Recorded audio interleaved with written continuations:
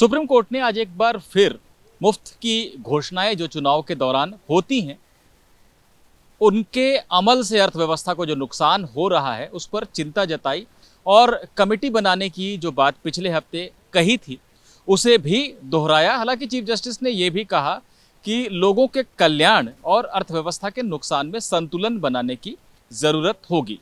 Court ने आज कोई आदेश नहीं दिया क्योंकि 2 जज ही बैठे थे, 3 जजों की बेंच आज बैठी नहीं थी। लेकिन कोर्ट ने और क्या क्या कहा और आगे क्या हो सकता है अगले हफ्ते फिर जो सुनवाई होने जा रही है उसमें, उस पर हम बात करते हैं याचिकाकर्ता अश्विनी उपाध्याय से। अश्विनी जी, आज आदेश दे पाना संभव नहीं था, चीफ जस्टिस ने बार बार इस बात को कहा, लेकिन ऐसा लग रहा था कि अब वो मूड में हैं कि फैसला दे दें क्योंकि उन्होंने अपने रिटायरमेंट की भी बात कही। देखिए, सुप्रीम कोर्ट इस मामले को बहुत गंभीरता के साथ ले रहा है। जब से पीआईएल आई है जनवरी में, तब से सुप्रीम कोर्ट इसको बहुत सीरियसली ले रहा है और कमेटी फॉर्म करना, कमेटी के लिए सबसे सजेशन मांगना, वो सब ऑलरेडी प्रक्रिया हो चुकी है।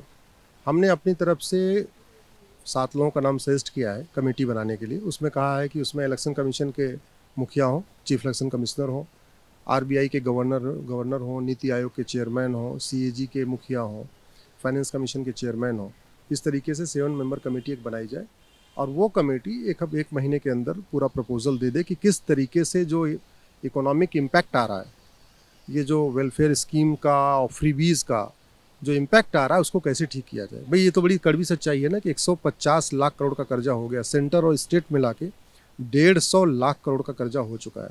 सारी की सारी जितनी हमारी स्कीम है सब उधारी पे चल रही हैं। कुछ अमेरिका से उधार लेके चलती हैं, कुछ जापान से उधार लेके चलती हैं, कुछ वर्ल्ड बैंक से उधार लेके चलती हैं। सड़क बनाने के लिए हमारे पास पैसा नहीं है। सड़क हम क्या करते हैं, बीओटी बेस पे करते हैं, किसी को कॉन्ट्रैक्ट दे देते हैं, भाई सड़क बनाओ, 50 साल तक इसका टैक्स वसूलो। ये सिचुएशन है। बिल्कुल अश्विनी जी, लेकिन चीफ जस्टिस ने जिस तरह से कहा कि मेरे रिटायरमेंट से पहले आप लोग आइए कुछ अच्छे सुझाव के साथ, ये संकेत देता है कि 26 अगस्त को अपने रिटायरमेंट से पहले शायद कमेटी का गठन हो, उसका आदेश वो दे सकते हैं। 17 अगस्त को मुझे लगता है कमेटी, क्योंकि हमने अपनी तरफ से प्रपोजल दे दिया है, सेंट्रल गवर्नमेंट ने भी अपने प्रपोजल दे दिया। वो क्या चाहते हैं, सेंट्रल गवर्नमेंट भी कमेटी ही बनाना चाहता है। इसके अलावा आपका इलेक्शन कमीशन ने अपनी ओपिनियन दे दिया है, और भी जितने पिटिशनर हैं सबकी ओपिनियन आ चुकी है। तो ओपिनियन लगभग सबकी सुप्रीम कोर्ट के सामने आ चुकी है। चूंकि आज 2 जज बैठे हुए थे, इसलिए अगर 3 जज होते शायद आज हो सकता है कुछ कमेटी बना भी जाते। 3 जज इसलिए चाहिए क्योंकि जो बालाजी वाला केस है, जो बार बार रेफर हो रहा है, सुब्रह्मण्यम बालाजी, वो 2 जजों का केस है। अगर उस जजमेंट में कुछ आपको ट्विकिंग करनी है, उसमें कुछ चेंज करना है, उसके लिए 3 जजों का बैठना जरूरी है। ये चेंज बार बार चुनाव आयोग भी कह रहा है कि आपने उस फैसले में ये तो कहा कि घोषणा पत्र जो है वो थोड़ा नियंत्रित होना चाहिए, चुनाव आयोग को देखना चाहिए, लेकिन साथ ही साथ ये भी कह दिया कि जो घोषणाएं होती हैं या जो योजनाएं बनती हैं वो डायरेक्टिव प्रिंसिपल्स का पार्ट है। तो चुनाव आयोग ये कह रहा है कि हमारे हाथ कुछ बंधे हुए हैं उस फैसले की वजह से। देखिए, पहली बात तो इलेक्शन कमीशन के पास असीमित पावर है। इसी आर्टिकल 324 को यूज करके टीएन सेशन साहब ने बहुत अच्छी तरीके से इलेक्शन कराया था।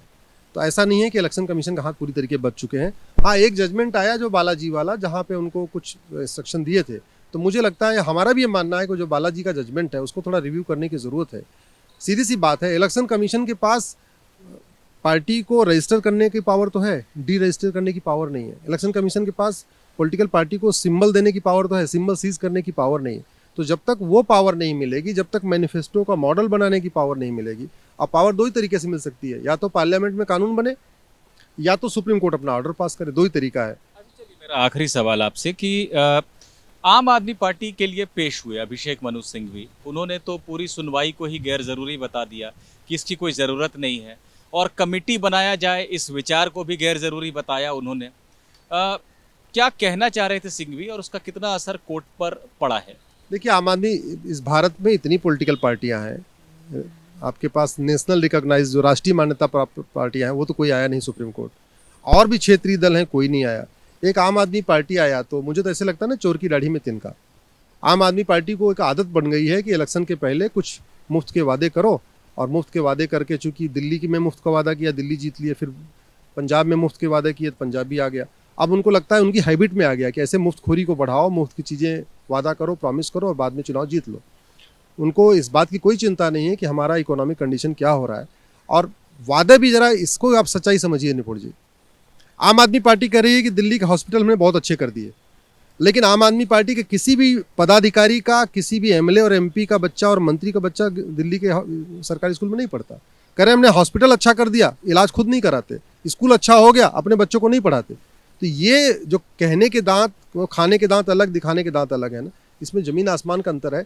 आम आदमी पार्टी को लगता है अगर सुप्रीम कोर्ट ने कमेटी बना दिया, कमेटी रिकमेंड करेगी, स्वाभाविक सी बात है, इतनी हाई लेवल की कमेटी बनेगी तो अपने प्रपोजल देगी, उस प्रपोजल पर अगर सुप्रीम कोर्ट ऑर्डर पास कर देगा तो ये जो मुफ्तखोरी वाला उन्होंने ट्रैक लिया हुआ है, चुनाव के पहले मुफ्त की योजना करो, उसके बाद चुनाव जीत लो, उसके बाद फिर 4.5 साल मजे करो, फिर 6 महीने पहले वादा करो, चुनाव जीत लो, वो जो उन्होंने ट्रैक लिया हुआ है वो गलत है। वो देश को भयानक बहुत बुरे हाल में पहुंचा देगा। हमारी हालत लंका पाकिस्तान जैसी हो जाएगी आम आदमी पार्टी अगर यही करती रही तो आम आदमी पार्टी ने विरोध जरूर किया इस बात का कि सुप्रीम कोर्ट कोई कमेटी ना बनाए और सुनवाई को भी गैर जरूरी बताया, लेकिन उसका बहुत ज़्यादा असर पड़ा हो कोर्ट पर ऐसा लगता नहीं है। 17 अगस्त को फिर से मामला सुनवाई के लिए लगाया गया है और संकेत अभी तक यही है कि सुप्रीम कोर्ट एक कमेटी का गठन कर सकता है, एक विशेषज्ञ कमेटी का गठन कर सकता है जो पूरे मामले से जुड़े सभी पहलुओं को देखेगी, उसके राजनीतिक पहलुओं को, लोगों के कल्याण से जुड़े पहलू को, और इसको भी देखेगी कि इसका अर्थव्यवस्था पर, देश के वित्तीय ढांचे पर